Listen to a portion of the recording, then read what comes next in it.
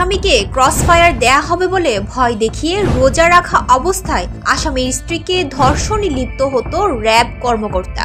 আসামিকে ক্রসফায়ার থেকে মুক্তি দেওয়ার শর্ত হিসেবে শারীরিক সম্পর্কের প্রস্তাব দিত র্যাব কর্মকর্তা আলেপ উদ্দিন। স্বামীকে বাঁচাতে ওই র্যাব কর্মকর্তার সঙ্গে শারীরিক সম্পর্কে বাধ্য হতো স্ত্রী।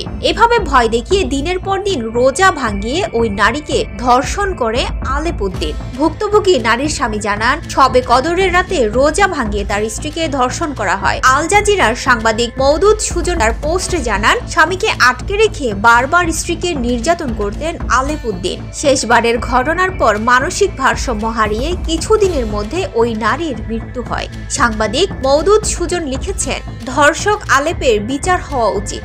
একজন বন্দির স্ত্রীকে এভাবে ট্রিট করা কতটা অমানবিক। তিনি আরও লিখেন, ভুক্তভোগীর স্বামী আলেপকে বারবার ফোন করলেও তিনি কোনো সহযোগিতা করেননি, বরং জানান বন্দি নারী ও পুরুষদের স্ত্রীদের সঙ্গে এমন আচরণ অলিখিতভাবে স্বীকৃত। এই আলেপ এরকমই কুখ্যাত ছিল।